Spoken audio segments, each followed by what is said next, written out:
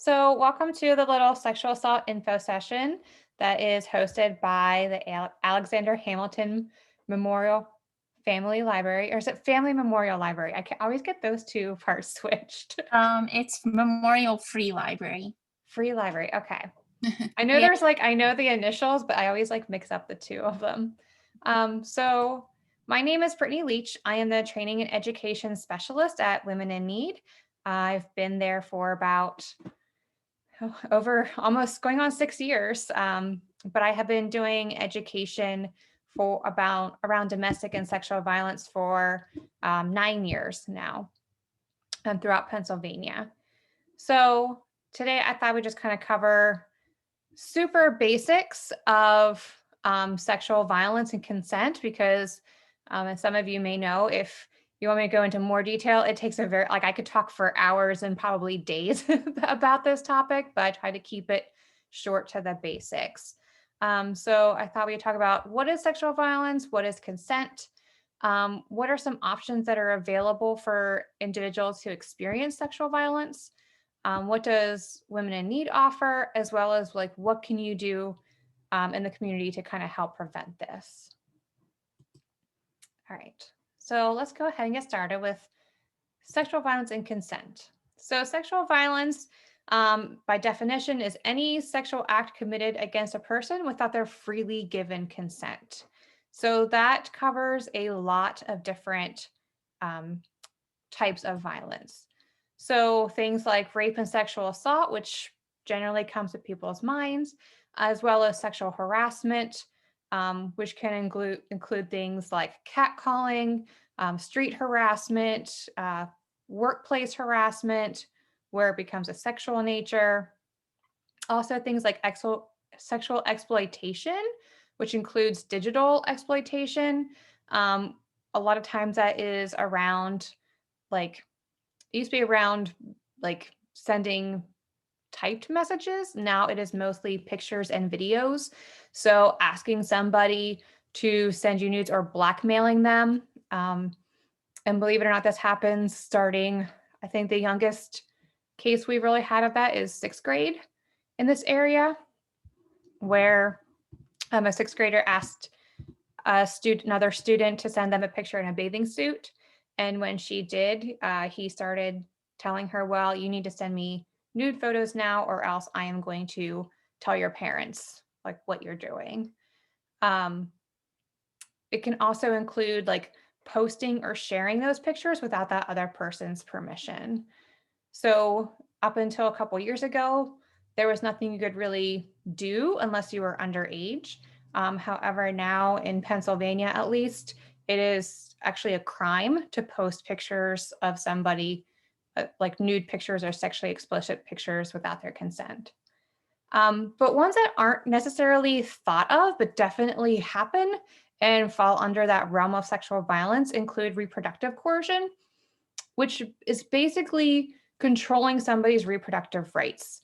And this can look many different ways.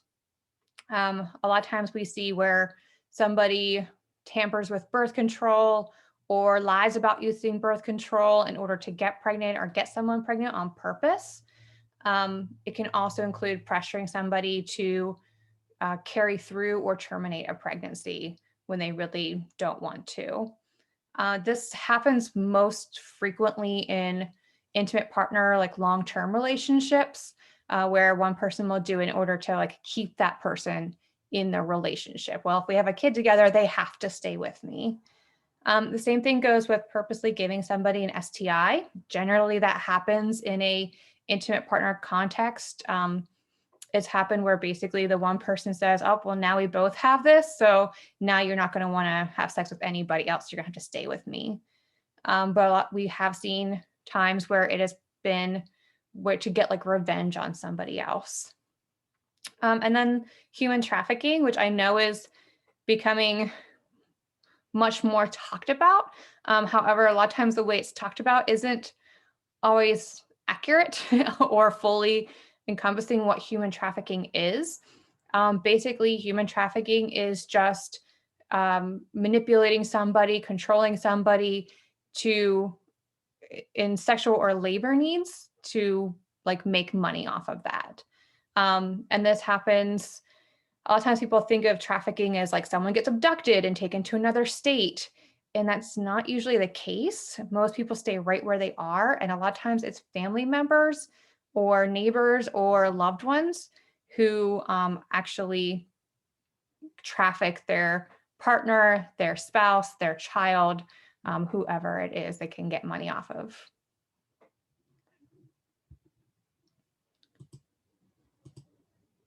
So what is consent, right? So you can't, basically, in order to have sex with someone, you need to get their consent. And consent just means permission.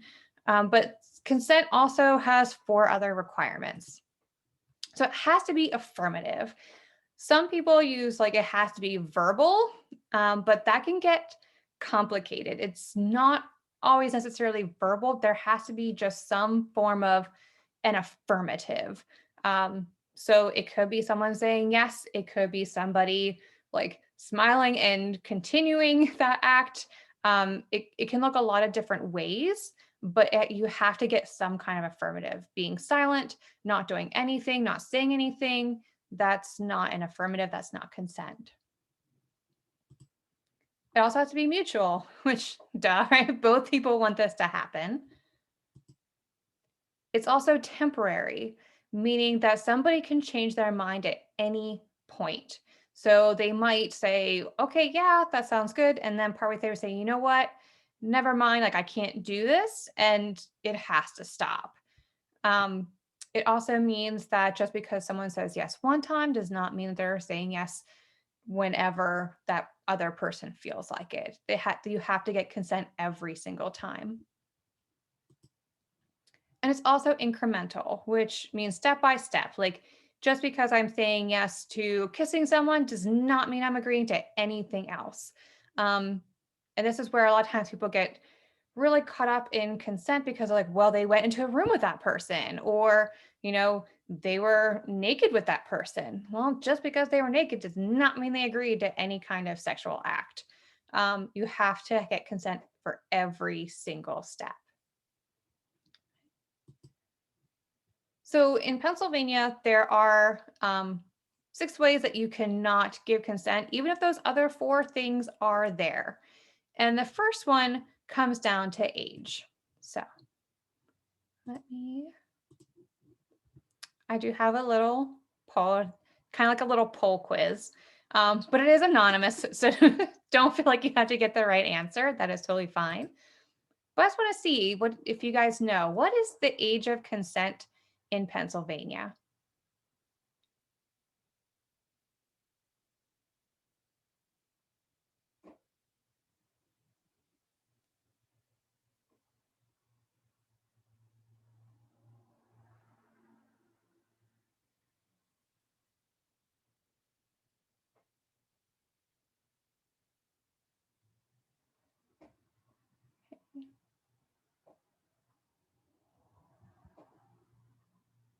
So almost everyone has voted, so I will end it. And I know we have people who've heard me talk before, so they probably knew it already. And that's okay if you didn't, because I was expecting people to guess 18. And the reason for that is because the age of consent varies state by state. Most of the time when we hear age of consent, we say 18 because that's what we see in movies and television. The reason for that is because the age of consent in California and New York, where most TV shows and movies are made, the age is actually 18. In Pennsylvania, though, the age of consent is 16.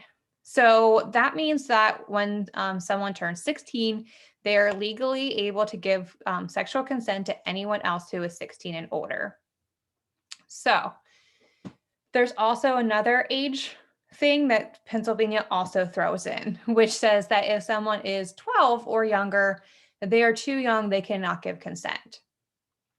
So then what about 13 to 15, right? That's where you might have heard of statutory sexual assault, which a lot of times when it's used on, like, I know on Law and Order SVU, like they talk about it a lot, but it is either very different in California, or they just get it wrong. So what statutory sexual assault means in Pennsylvania is that if someone is 13 to 15 years old, they can legally give consent for sexual activity as long as the other person is not 4 or more years older. So a 13-year-old is legally able to consent to sex and sexual activities with another 13-year-old, 14-year-old, 15-year-old, or 16-year-old. If the other person is 17, it would be statutory sexual assault. And again, stop me anytime if you have questions, because this is where it gets kind of tricky. I know I usually get a lot of questions around here. So another way that Pennsylvania says, nope, you can't give consent is if there's force or threat of force. And this is the one that everybody thinks about, right? If you're held at gunpoint, if you're like held down, you're kicking and screaming, then yeah, you did not give consent. Even if there's a threat of that, you cannot give consent. However, that one doesn't generally happen nearly as often as the next one, which is coercion and power.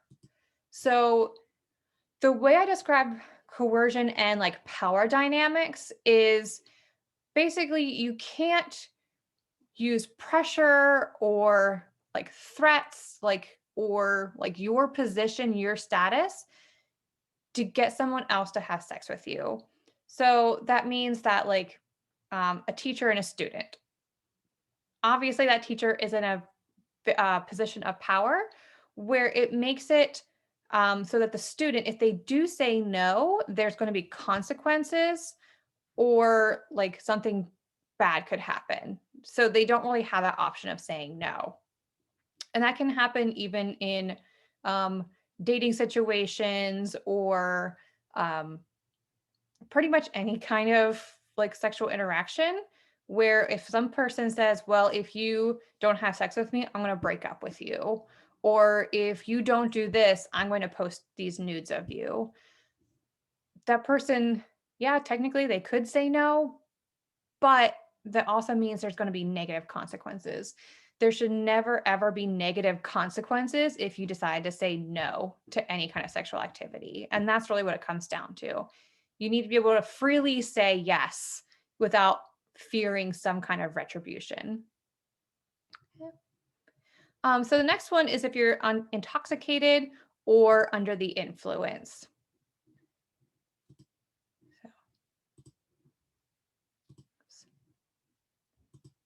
All right, so I have another little question for you. This is another that's tricky, so don't feel like you have to get this one right. I just want to see.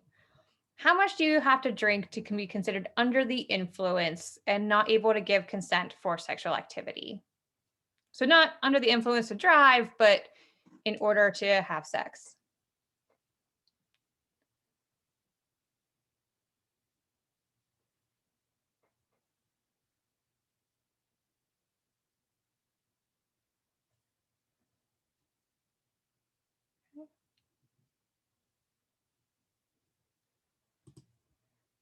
All right. So kind of all over the place, right? So it is 0.08 blood alcohol to drive. But in the case of consent for sexual activity, technically it's any amount. And that's for any substance. So does that mean that two 21-year-olds go into a bar, they both have a beer, and they decide that they want to have sex? Does that mean it was sexual assault? Well, not necessarily. The reason that Pennsylvania says any amount is because it can depend. Like how much you drink can, or smoke, or take, ingest, whatever it is, has different effects on different people. So the reason it is any amount is so that it comes down to the point of, did this person use drugs or alcohol to get sex from that other person? So just because someone was drinking and engages in sexual activity doesn't mean that it's sexual assault, but did that person keep giving that person beers? Did that person use Rufalin in that person's drink? did that person get that person high on purpose to get sex from out of that person? So, and the other reason for that, yeah, that's really hard to prove. Um, and we'll get to all of that here. But yes, it basically what it comes down to is they if they believe that drugs and alcohol were used, they will test for it. But here's something that has happened that make things more complicated. So um, I I had a friend who like moved to California, and her friends took a weekend and went to Vegas, and they were at a bar, and she was drugged. Like someone slipped a roofie into her drink and she didn't know it. So she'd only had one drink, and her friend started realizing that she was like all over the place. She was not acting the way she normally does when she has one drink. However, by the time her friend was able to get her out of the club, into a taxi, to a hospital, through triage, and until she was sober enough to actually like submit like consent to a drug test, there was trace amounts of Rufalin left in her system. So imagine like waking up the next day, not really know what's going on, deciding to go to the hospital, get it checked, and there's still some alcohol left in your system, but no drugs or anything. So basically it's the reason it's set to like that any amount is because if I took that to court and said, okay, there was a little bit of alcohol in my system. However, I was all over the place. Like I was not acting like myself. And I have witnesses to say that I was not acting like myself. They can kind of prove in that court that while there was no traces left in her system, we're pretty sure that this person was drugged. Again, it's really circumstantial. That's really hard to prove, but that's why PA says it's any amount. Basically, so you can't come back and say, well, there was not much alcohol left in her system. So clearly that didn't happen. The fifth reason is if somebody is unconscious or unaware. So obviously, in order to consent for sexual activity, you have to know what's going on. So if somebody is passed out or they're really out of it, they cannot give consent. And also, where it comes back to that that incremental piece, that step by step, it also means that like, if I'm agreeing to like do certain sexual acts with you and then you suddenly do another one and I'm not expecting it or I don't know what's coming, then I can't consent for that. So that's obviously like you need to ask before adding anything else in or doing something different than what was already agreed to. And the last one is if there is a disability that limits someone's understanding. So that doesn't mean that everybody who has a disability can't give consent. It just means that if they can't understand what they're consenting to do, then they can't agree to it.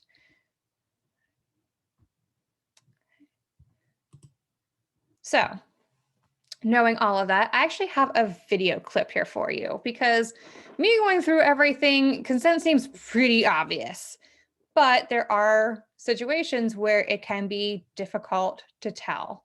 So I have a clip from a movie that most of you will probably recognize. It's a very well-known movie. And I want you to determine whether or not there was consent. And let me know if you're having any issues. It should work here. It's not that.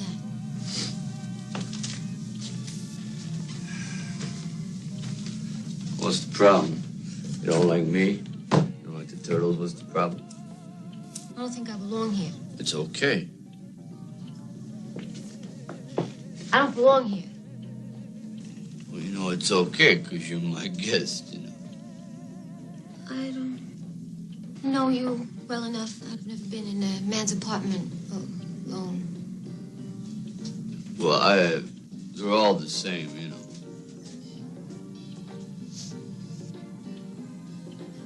I'm not sure I know you well enough. I don't feel comfortable. your age, and you know, I ain't so comfortable either. I should go. Don't go, please. Don't go. Don't go. Don't go. Don't go. Do me a favor. What? Take off these glasses. You got nice eyes, you know. Do me another favor. Just take off that hat.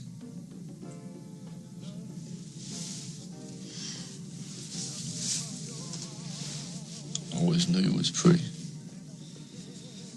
Don't tease me. I'm not teasing you. I ain't teasing you. I want to kiss you. You don't have to kiss me back if you don't want. I want to kiss you.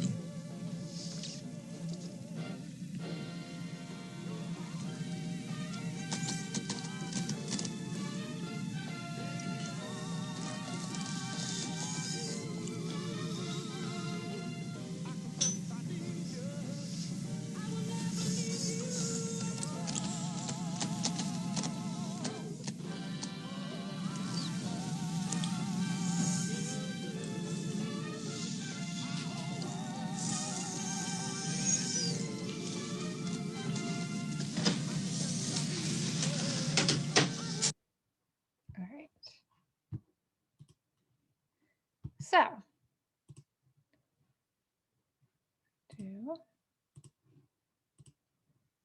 did Rocky get consent?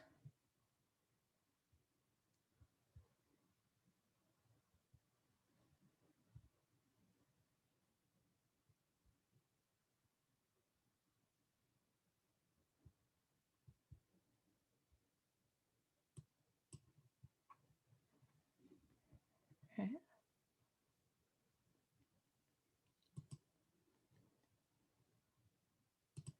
All right. So kind of mixed between no and not sure. So it can be kind of tough to tell because, and what I usually hear is, well, at the end, she does kiss him back, right? However, what you may have like picked up on during this very famous like scene is the fact that she looks really, really uncomfortable. And you know, from watching Rocky movies, like she is a very shy, withdrawn person, but she says things like, "I've never been in a man's apartment before. I I don't feel comfortable here." She tries to leave, and he literally like blocks the door. And at one point, he like starts taking off her hat and glasses, and it's because it's Sylvester Stallone. It's kind of hard to understand what he's saying, but he actually says, "I'm going to kiss you. You don't have to kiss me back if you don't want, but I'm going to kiss you." So he didn't give her any choice. Like he's blocking her, cornering her. And even though he thinks he's doing the right thing and caring about her, he's not really giving her the option to say no. So in this situation, no, he didn't. Um, and I know that can get confusing for a lot of people, especially because they're like, well, Rocky was a good guy. He was an amazing husband to her. Like he doted on her like crazy and she loved him. Yeah. Yeah, she did. And he was.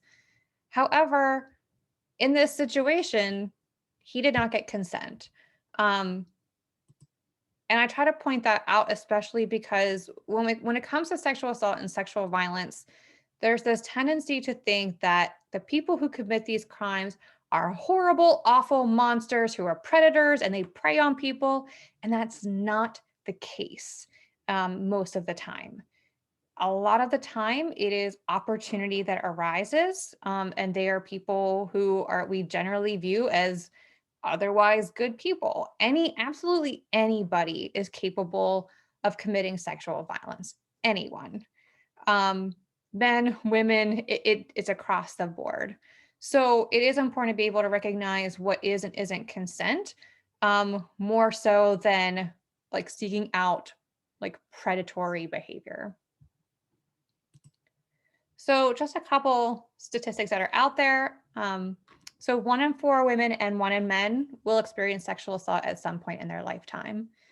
And when it comes to like before the age of 18, it goes up to 1 in 4 girls and 1 in 6 boys.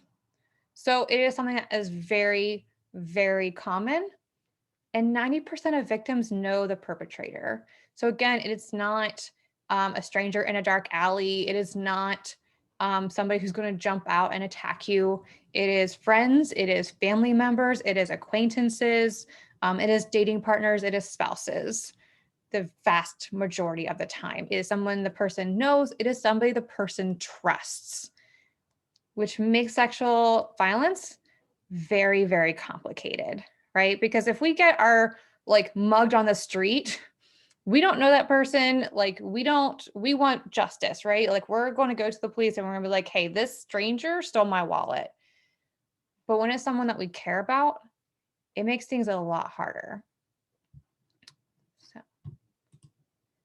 So what are options? So let's say that somebody is sexually assaulted. What options do they have? Right here in Franklin County in Pennsylvania. So I came up with a couple of different options that are available in most situations. So someone could get medical care, especially if there's any kind of injury. They can make a report. They could get counseling or support, or they could get a protection order. So I'm going to go through each of these individually and kind of show what those options look like. And just once again, please feel free to stop me at any point if you have more questions. Like that's what I'm here for. All right. So first was with medical care. Someone can go to a doctor and just request to be checked out and make sure that they're okay. They also have the option of getting a sexual assault forensic exam. A forensic exam, also known as a rape kit, can actually be done up to 72 hours after an assault occurs. A lot of people don't realize that, but someone does have up to 3 days where we can, some of the time, there can be still evidence left. Sexual assault exams are meant to be victim-centered.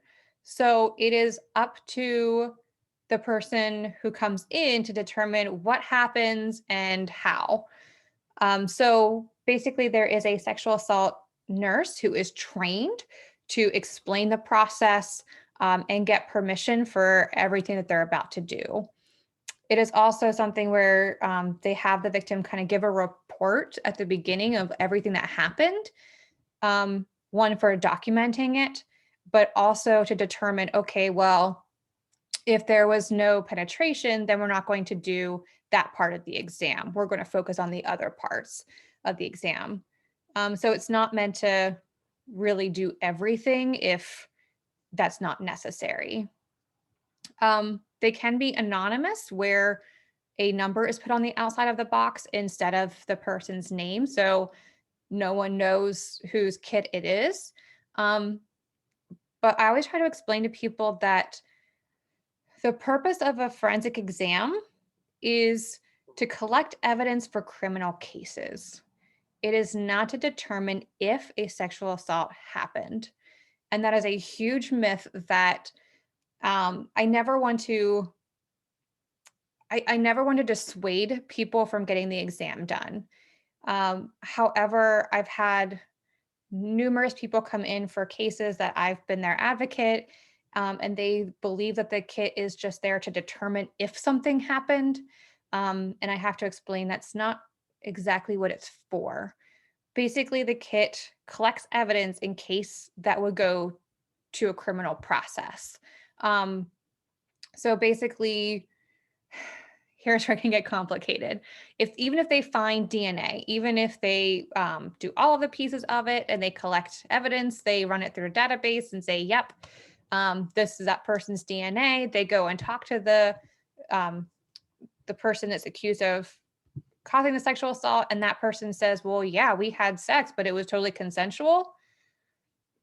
That kid is now not really going to hold up in court.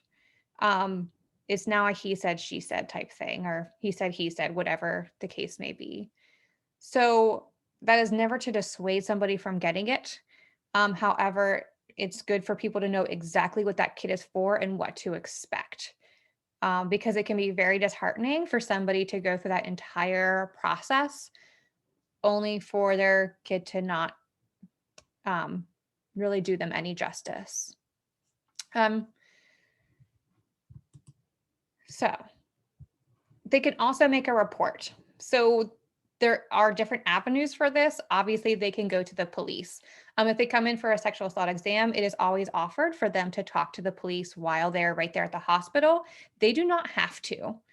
They can go in and have a kit done and have it be sent off, and the police are called in to pick it up, but there's no report made. Like, police do not do anything but pick up that kit and send it off to a lab for testing.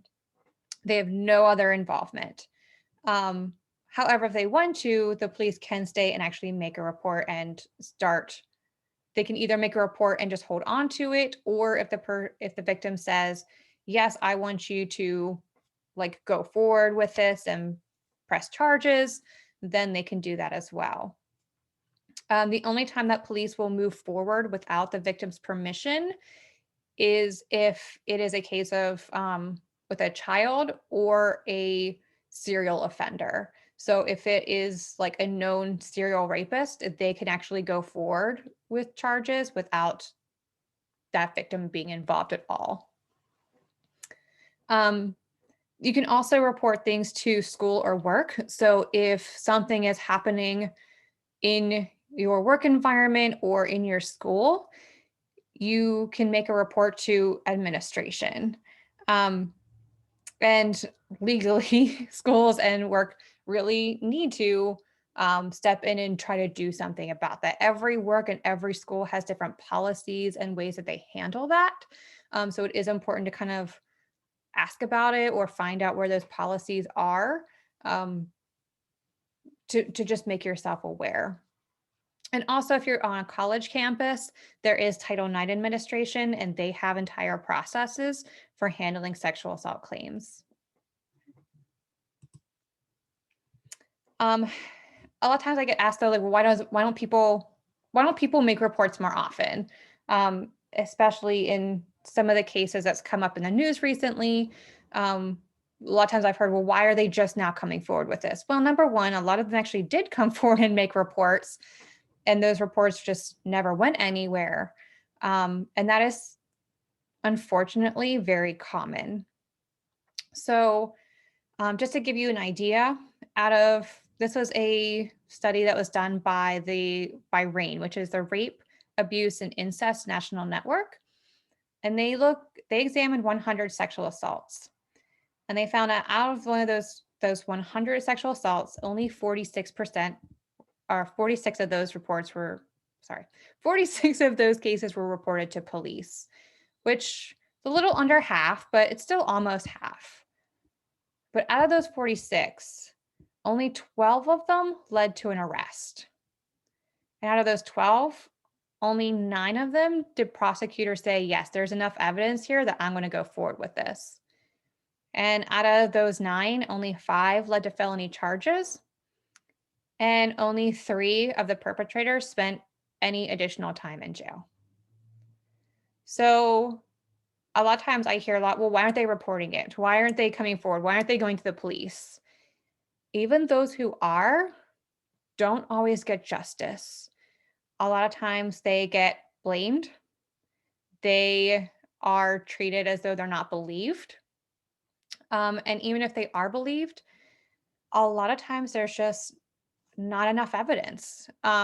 Sexual assault is one of the hardest crimes to prosecute. And that's not even just me saying it. I've had detectives and prosecutors tell me the exact same thing. Even in some cases that our agency has helped with, where we think it's a very clear-cut case, you get a jury in there who doesn't believe the victim for some reason, and that's it. They get not guilty. So it is something that I try to make known out there to be realistic, not to say that people shouldn't report to the police, not to say that they shouldn't try if they feel like they need to, but a lot of times it can be re-victimizing And in many cases, it does mean that sometimes they don't get that justice that they think they're going to get. Okay. So there's also counseling and support.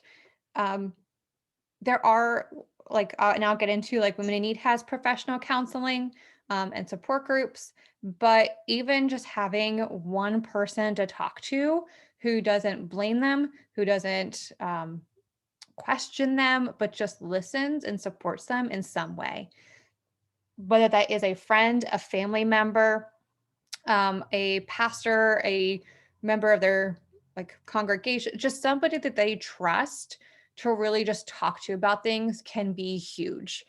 Not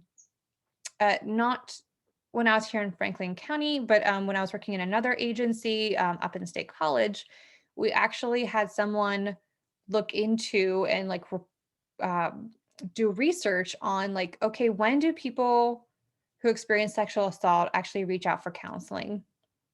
And what we found up there was that, and I can pretty much guarantee this is true for almost anywhere, it takes about 6 months for people to really have it sink in and reach out for support. So a lot of times we would go and meet someone at the hospital and they say, nope, I'm fine. I don't need anything. I just want to get over this. I just want to forget it. And 6 months later, they would call and say, I can't forget it. I can't let this go. So it is very common for people to wait a little bit before they reach out, whether it is 6 months or a year or 5 years or 10 years. And last thing is protection from abuse orders. So in Pennsylvania, we don't have restraining orders. We have what are called PFAs or protection from abuse. And there's 3 different kinds. So there are protection from abuse orders, which generally are meant to address intimate partner violence, physical and sexual violence. But they now came out with sexual violence specific ones for non-intimate partner. So if someone is sexually assaulted by a family member, a friend, or family member that can fall underneath the protection from abuse. But if it's a family member, an acquaintance, someone they don't really know, and that person is now harassing them, they can get an order that basically tells the other person, you cannot contact me. And if you contact me, it will become a crime and you can be arrested for it. There's also an intimidation order, which falls underneath the same lines, but it's for minors who are being harassed by an adult. So this would be in a situation where there hasn't been any kind of sexual violence, but maybe there is a coach or a teacher or another kind of adult who is harassing or coming after a minor. They can get an intimidation order that says that that person can't come near them or can't talk to them in that way. Something to know about these is if somebody is granted a protection order, they have to be recognized at schools and workplaces. So obviously the school and the workplace has to know that that person has a protection order. But I have worked with schools in the past where a teen gets a protection order against a classmate, and the school worked to change the other person's schedule and have teachers in the hallways to make sure that there was no contact. All right. So about our services. So WIN provides free and confidential services to anybody in Franklin or Fulton County who experiences intimate partner violence or sexual violence. Even though I know our name is Women in Need, we do not just help women. We help anybody who experiences those.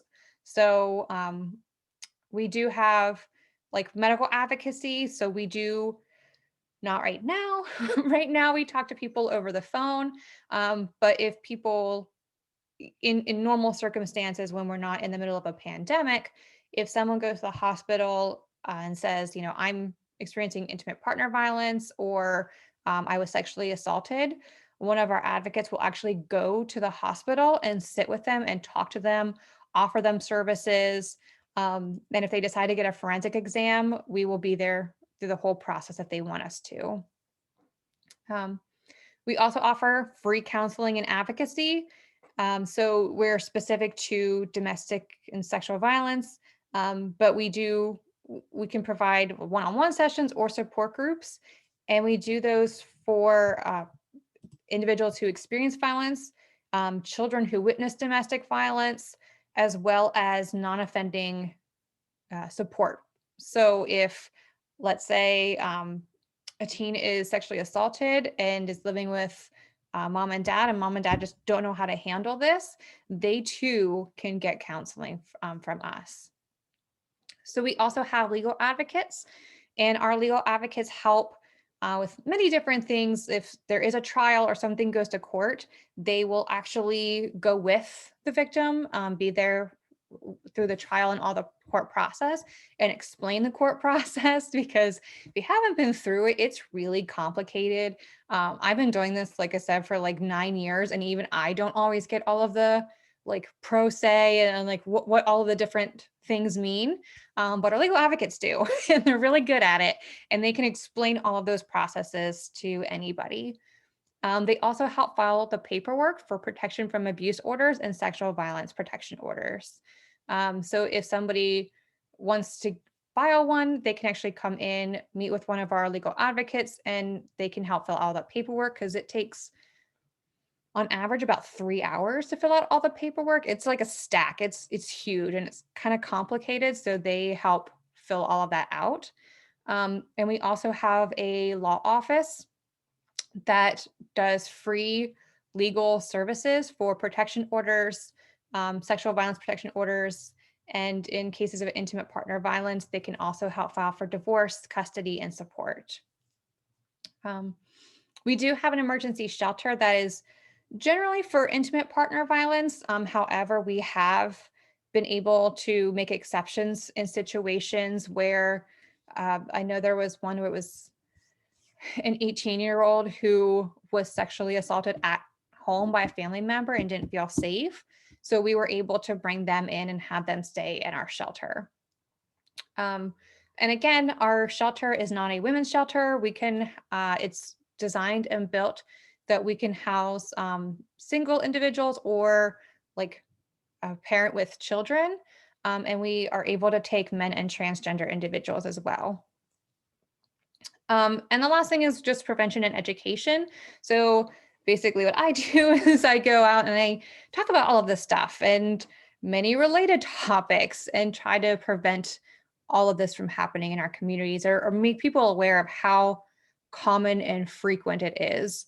Especially people don't always realize how much Women in Need does. Every year we serve over 1,500 people just in Franklin and Fulton counties alone. So a lot of people don't realize how pervasive this is even in our own communities, but it's definitely here. Yes, so I just have from even the last fiscal year, we just got our numbers in and we answered 1,300 hotline calls. We serve over 1,700 victims and family members. And in that 1 year, we also responded to 36 sexual assault calls at either Waynesboro Hospital, Chambersburg Hospital, or Fulton County Medical Center. So last bit before I kind of wrap up my piece and open it up to any questions are, how can you help prevent violence in your community? And there's so many ways. The first one is just by believing and supporting victims. And this is not always as easy as just saying, well, believe them. But it really is so important. A lot of times when people don't make reports or they kind of keep it to themselves, and where it can be really damaging is when they do come forward to one person, usually it's a friend or family member, someone they trust. If there's any kind of resistance, if that person's like, well, you shouldn't have gone to that party, or, well, what were you wearing? Or why did you go into a room with that person? It almost is a guarantee that person is never going to come forward again. So being aware of how we respond is very, very crucial and important. Um, I work primarily because I work so much with teenagers. A lot of times I get called in to handle the sexual assault cases with teens, and mostly to deal with parents because I am a parent. I get it. Like if something bad happens, you want to like jump in and try to help your kid as best as you possibly can. And you want them to like get support. You want them to do this. Um, but it's really important to acknowledge and respect what they want to do.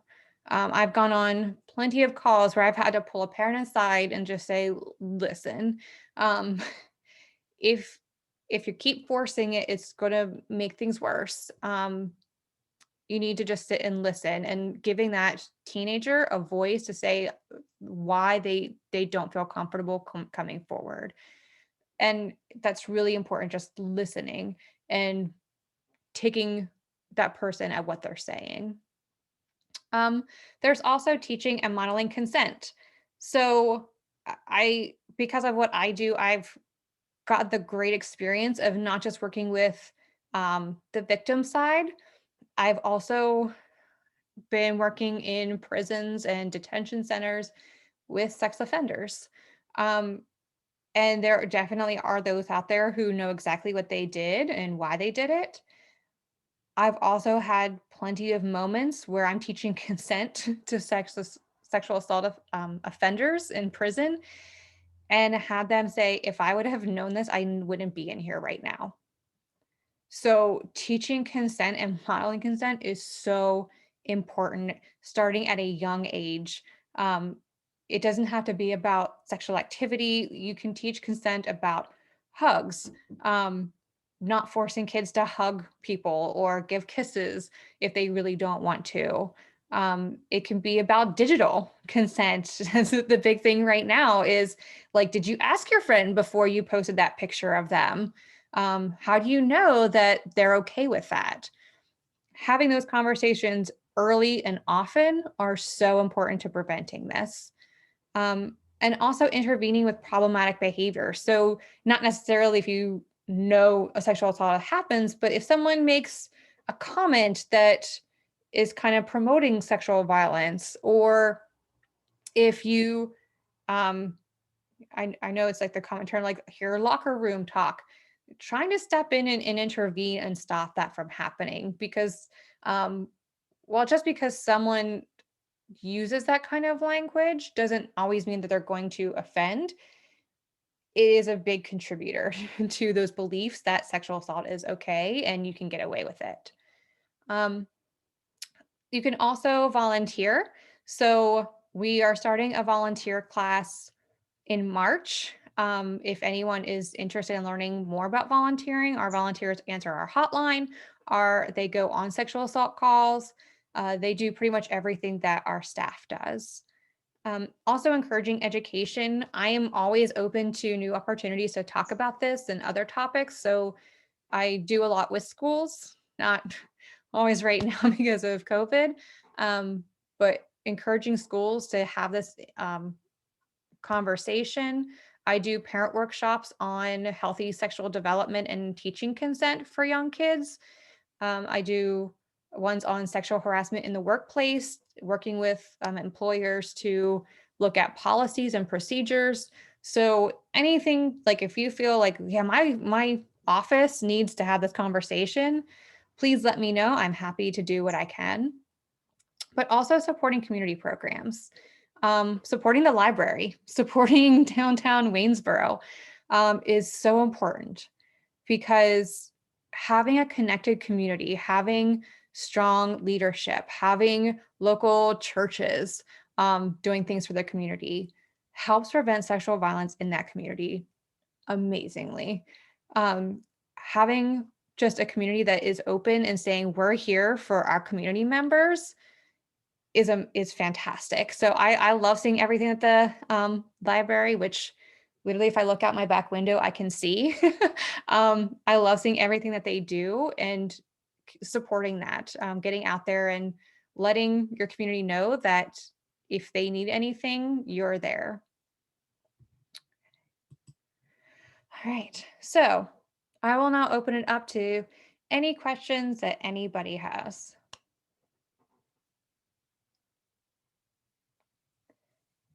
Feel free to unmute yourself or type in the chat, however you feel comfortable. Brittany. Hi, Claire. Hi. I thought that was you. Yeah, I'm glad for the refresher course here. You said there were 36 sexual assaults in Franklin and Fulton County. Mhm. What do you think, is there an estimate of how many probably occurred in those two counties within that year beyond those that are reported? Or is it just a guess? It would be a very wild guess. Knowing how many, like percentage wise, are reported in some way, Yeah. I would guess that 36 is less than half. So. Okay. Oh, and also, may I make a plug? I'm a volunteer, and the training for WIN is absolutely wonderful. It was like going to a graduate course, and Brittany made up a lot of good games that were sort of movement oriented that really brought the learning home. So I really recommend their training program. Thank you, Claire. We're right now we're doing everything over Zoom, so it's a little bit different, but we tried to make it as effective as possible.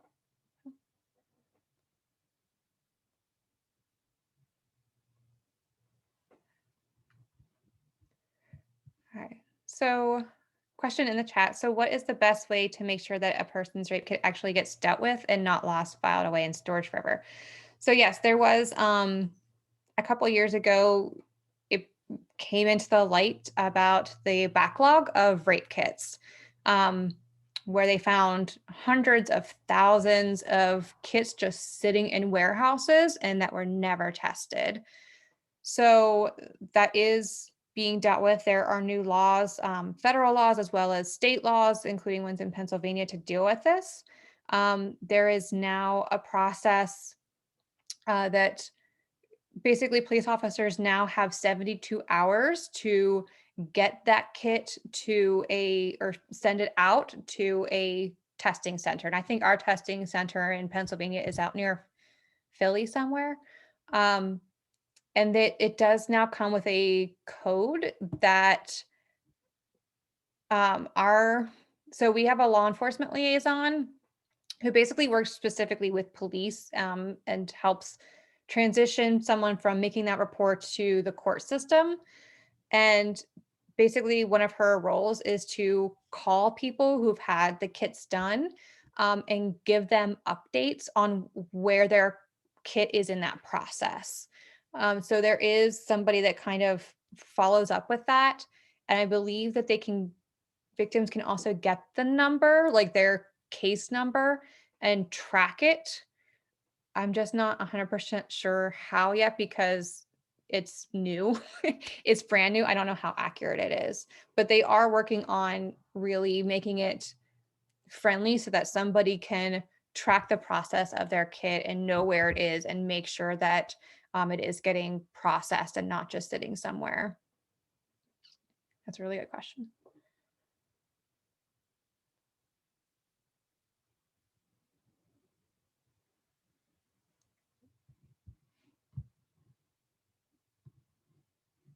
Any other questions? I am a wealth of knowledge on this, but even if I don't know something, I'm more than happy to talk to somebody else or find out that information and get it to you.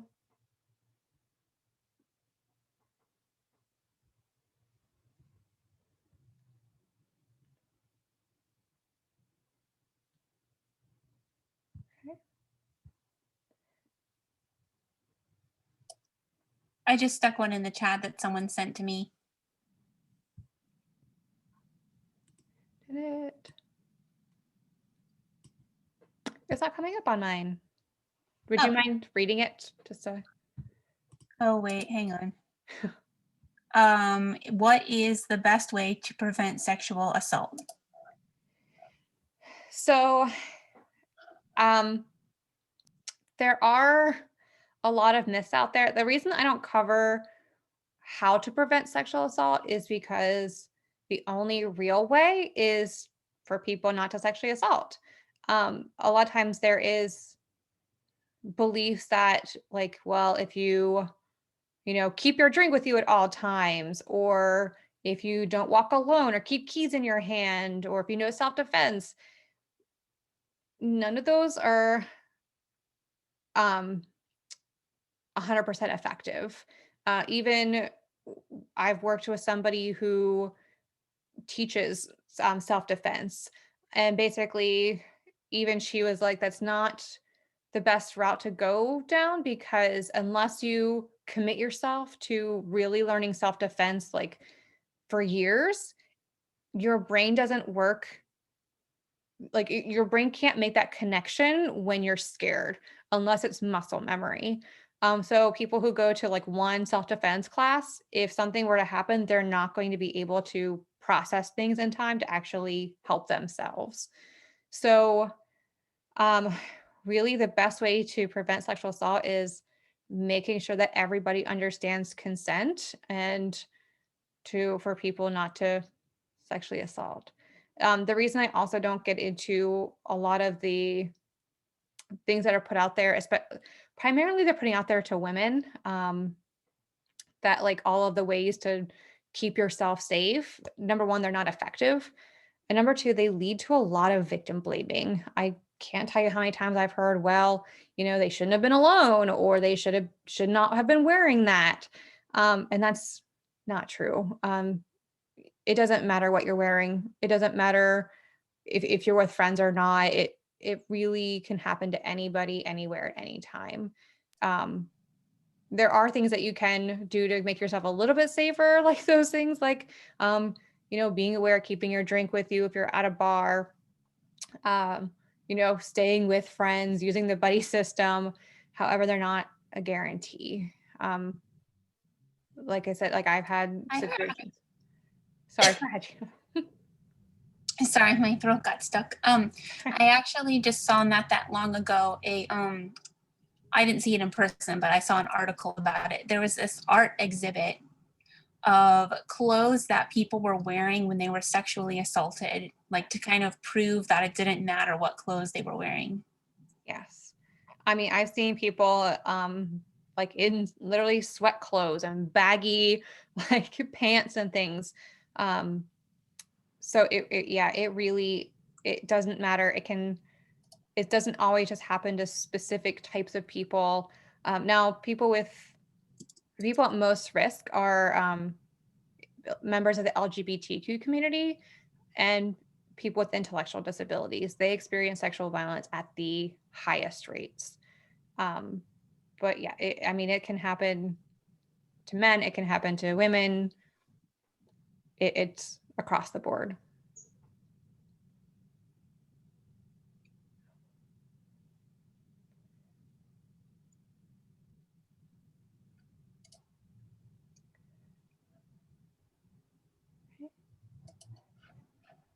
And what I can do too is, so after I stop recording this, I will also like stay on for a few minutes after we kind of end, so that if somebody does have a question that they don't really feel comfortable asking while we're recording and things, I will make sure that you get that opportunity as well.